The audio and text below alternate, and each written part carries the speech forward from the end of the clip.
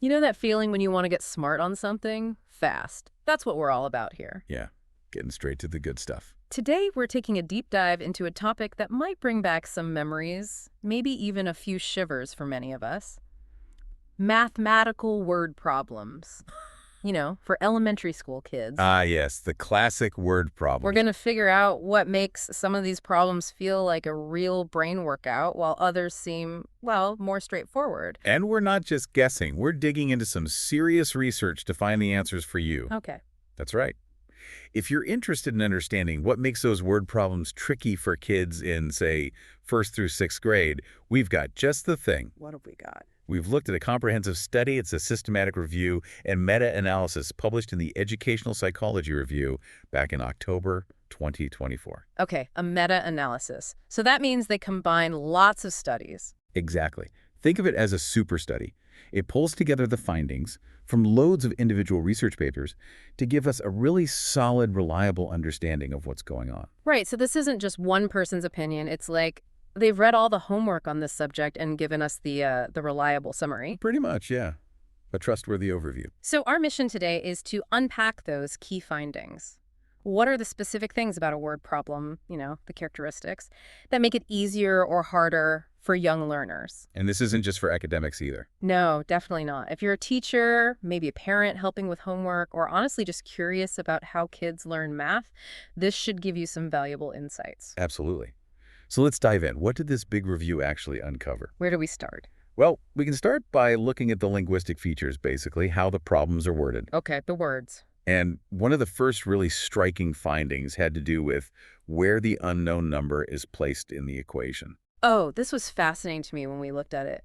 Apparently, if the thing you're trying to figure out the unknown, the question mark is at the beginning of the equation, like plus 5 equals 7. Uh-huh. That's much harder than if it's at the end, like 2 plus 5 equals X. Or even in the middle, like 2 plus equals 7. Right.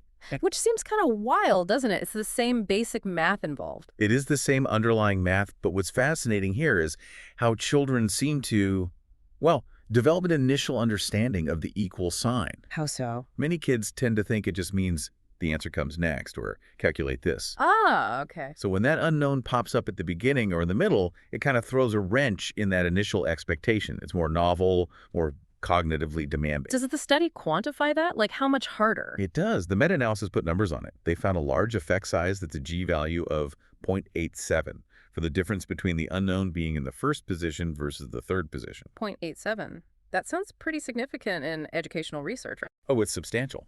An effect size around 0.8 is considered large. It means it makes a really noticeable difference in how difficult kids find the problem. Wow. And what about first versus second position? Like plus 5 versus 2 plus 1? Still a significant difference, though slightly smaller. That was a moderate effect size, g equals 0.61. Still very meaningful. Okay, wow. That's a big deal then. So maybe if you're teaching early addition, it makes sense to start with problems where the answer is clearly at the end, right? Build that foundation first. That seems like a very reasonable takeaway. Build the scaffolding in the right order, as you said earlier. Okay. What else on the language side? The review also looked at something called the schematic structure of word problems. Schematic structure. What's that? It's basically the underlying type of relationship the problem is describing. For simple addition and subtraction problems, these often fall into a few main categories, like total problems, where you're combining sets, or difference problems, where you're finding the gap between two amounts, and change problems, where an initial amount increases or decreases. Okay, let me see if I've got this. Mary has 3 apples and John has 4 apples. How many altogether? That's total, right? Yep, combining sets. Sarah has 7 cookies and eats 2. How many left? That's change. Exactly, an amount changed. And Tom has 10 toy cars, which is 3 more than Bill has. How many does Bill have? Sounds like difference. Finding the difference to figure out Bill's amount. Perfect, you've got it. Those are the core additive structures. So did the study find one type was harder than others? It did find something interesting. Difference problems tended to be slightly harder than change problems. Okay. The effect size here was smaller, but still statistically significant. It was g equals negative 0.39. Why might that be? Well, those difference problems often require that extra step of understanding a comparative relationship more than or less than and figuring out what that implies for the operation. It's a bit more complex conceptually. Yeah, that makes sense. You have to kind of reframe the information a bit before you calculate. What about total problems, combining sets? Were they harder or easier? Well, that's where it gets a bit murky. The difficulty of total structure problems didn't consistently differ from either change or difference problems. Oh, Yeah, the researchers found quite a bit of variation in those comparisons across the different studies they looked at. so no clear winner or loser there. Not consistently, which might suggest that maybe the basic structure itself, total change difference, isn't the biggest factor determining difficulty. Other things, like the stuff we're talking about, probably play a more crucial role. Right, it's not just whether you're adding or subtracting, it's how the problem is framed around that basic operation. Now, something that always felt like a bit of a sneaky move in word problems was when they threw in extra numbers or details you didn't actually need. Irrelevant information. Yeah. Yeah. What did the research say about that? Does it trip kids up? It absolutely does. The meta-analysis confirmed what many teachers and parents probably suspect. Irrelevant information makes word problems moderately harder for elementary students. Much harder. They found an effect size of G equals meta's 0.51. You can think of an effect size around 0.5 as being a noticeable, practically significant difference. I think it matters. It does. When that extra information is there, students have to spend cognitive resources, mental energy to figure out what's important and what they can ignore. It's like they have to be detectives as well as mathematicians, right? Right. Sifting through the clues. That's a great analogy, and the review pointed out that most of the studies they analyzed focused on numerical, irrelevant information, like extra numbers. But they also noted that this was often intertwined with irrelevant words or phrases, too. It's often hard to completely separate the linguistic clutter from the numerical clutter. Gotcha. Okay, here's a type of problem that always felt particularly tricky, maybe even a bit unfair sometimes. It's when you have to think about whether your math answer actually makes sense in the real world. Ah, yes. Realistic considerations. Like if you're figuring out how many buses you need for a trip and the math gives you like 3.2 buses, you can't have point 0.2 of a bus. Exactly. Those are problems that require realistic considerations, and this is where things get really, really interesting based on the meta-analysis. How so? The study found that these types of problems were the most challenging linguistic factor they looked at, by a significant margin. Really? More than the position of the unknown or irrelevant info? Way more. The effect size was G equals minus a 4.26. Whoa, minus 4.26. That's huge compared to the others. It's massive. Okay. An effect size that large indicates a really substantial difference in difficulty. It dwarfs the other linguistic effects.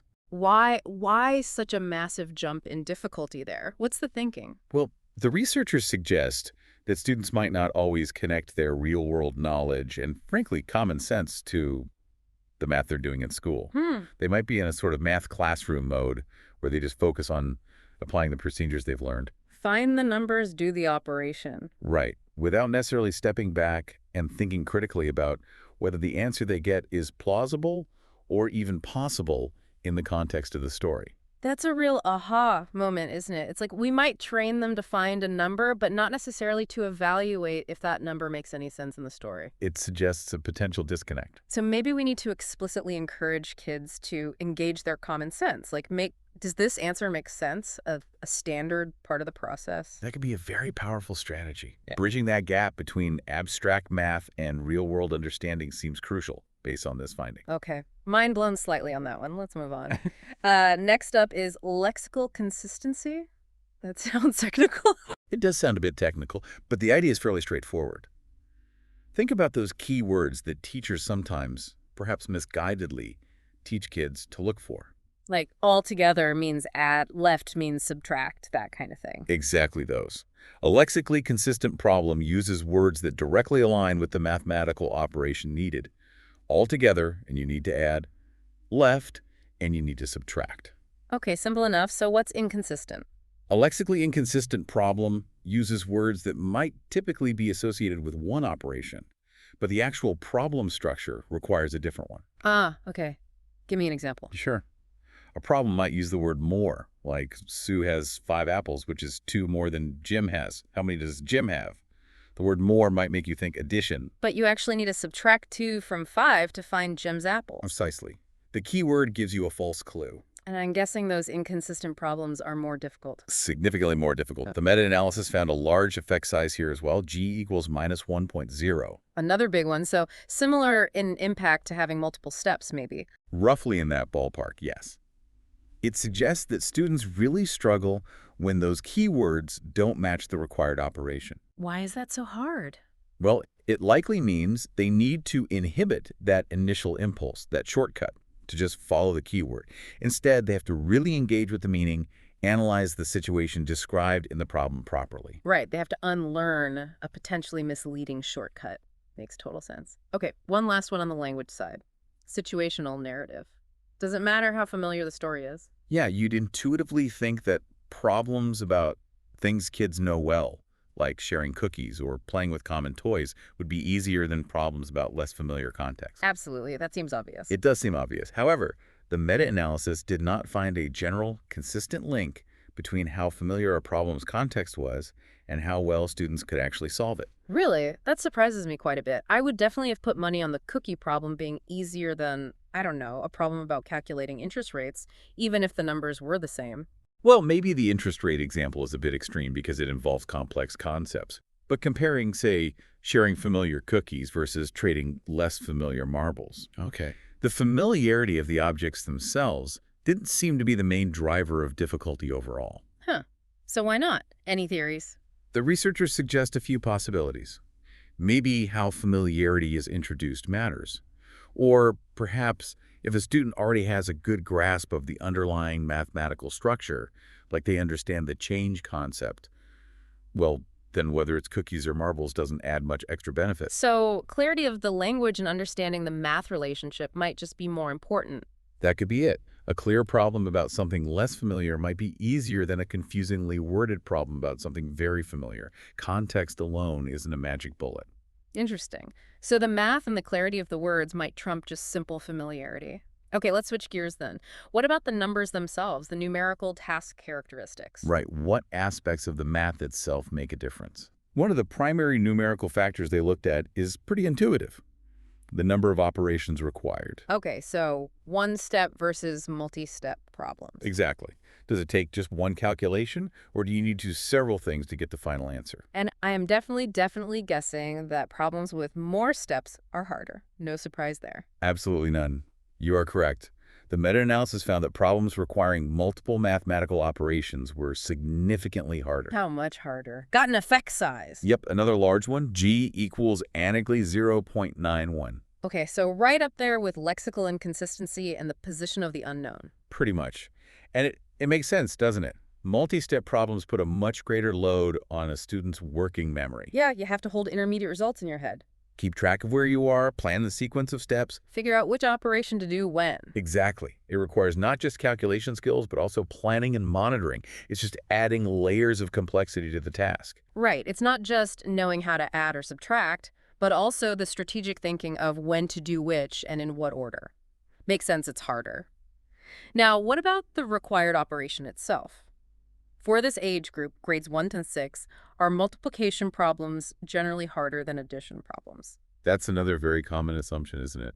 Multiplication feels like a step up. It does. Is it borne out by the research? Well, interestingly, the meta-analysis did not find a statistically significant general difference in difficulty between addition and multiplication word problems overall for this age group. Wait, really? No general difference? That's also surprising. Multiplication always seemed like a big hurdle. It is surprising at first glance, but while there wasn't an overall difference found when averaging across all studies, the researchers did note there was quite a bit of variability in the findings across different studies. Okay, so it's not quite that simple. It suggests that just saying multiplication versus addition is too broad. The specific type of multiplicative problem might be much more important. What do you mean? Well, think about it. Multiplication can involve simple equal groups, like 3 bags with 4 apples each. But it can also involve rates, or comparisons, or ratios, or Cartesian products. Okay, yeah, different concepts under the multiplication umbrella. Exactly. So problems involving those more complex multiplicative concepts might present their own unique challenges that aren't captured just by saying multiplication. A simple 3 times 4 word problem might not be inherently harder than a comparable 3 plus 4 problem. Right.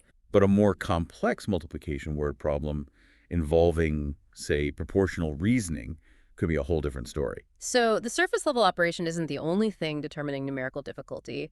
The underlying mathematical concepts and relationships within that operation matter a lot too. That seems to be the implication. It's more nuanced than just add versus multiply. This has been incredibly eye-opening, seriously. So if we zoom out, try to connect all these dots, what are the key takeaways for someone listening who just wants to understand why some word problems are so darn tough for elementary students? Yeah, pulling it all together. It becomes really clear that certain features consistently act as major hurdles. Which ones stand out most? Based on this big review, I'd say problems requiring those realistic considerations, checking if the answer makes sense in the real world. That had that massive effect size. Okay, number one hurdle. Then problems requiring multiple steps. That cognitive load is significant. Right. Also, problems with lexical inconsistency, where the keywords mislead you. Need to inhibit that shortcut. Exactly. And finally, having the unknown value at the beginning of the equation, that initial disruption to how kids often learn the equal sign. Those sound like the main roadblocks we really need to be aware of based on this evidence. I think so. Those four consistently showed large, significant effects on difficulty. And knowing these specific challenges, what can we do with that information? How does it help? Well, it can really change how we approach teaching and even assessment, can it? We might need to introduce these more complex problem types more gradually, maybe more intentionally. We could explicitly teach strategies to overcome these specific difficulties, like really emphasizing the importance of understanding the story or the situation in the problem rather than just hunting for keywords. Okay.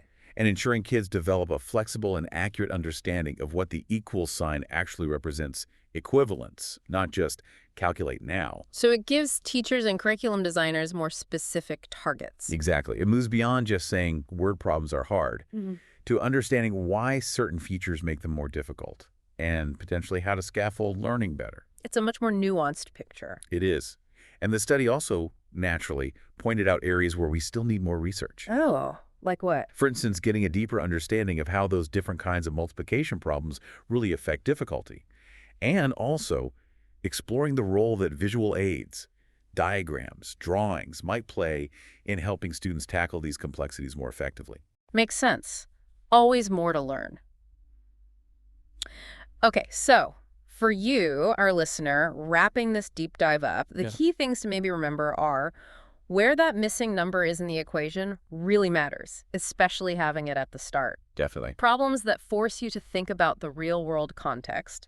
Surprisingly challenging for kids in that school math mode. Hugely challenging. When the words in the problem seem to point one way, but the math needs to go another, that lexical inconsistency, that's tough. A big hurdle. And less surprisingly, perhaps, the more steps involved, the harder it gets. Yep, the working memory load. Also, interestingly, just making a problem about something familiar, like cookies, doesn't automatically make it easier. Context isn't everything. And multiplication isn't always harder than addition. It depends on the complexity within the multiplication concept. The nuance matters there. That's a fantastic summary. It really underscores that the difficulty of a word problem isn't just one thing. It's this complex mix of how it's worded, the structure, the numbers, and the concepts involved. Absolutely. This has been a truly fascinating deep dive. It definitely gives you a lot to think about, whether you're involved in teaching math or maybe helping your own kids with homework, or even just interested in how we all learn to solve problems. And maybe it leaves us with a final thought, something for you to consider as you go about your day. Okay, what's that? How might these findings change the way you think about math education, or even how you approach problem solving in your own life? What if we, collectively, focused more on truly understanding the underlying structure of a problem, its logic, and its connection to the real world? Rather than just focusing solely on the numbers and the operations. Exactly. What might that shift in focus look like? Yeah. It's definitely something to ponder.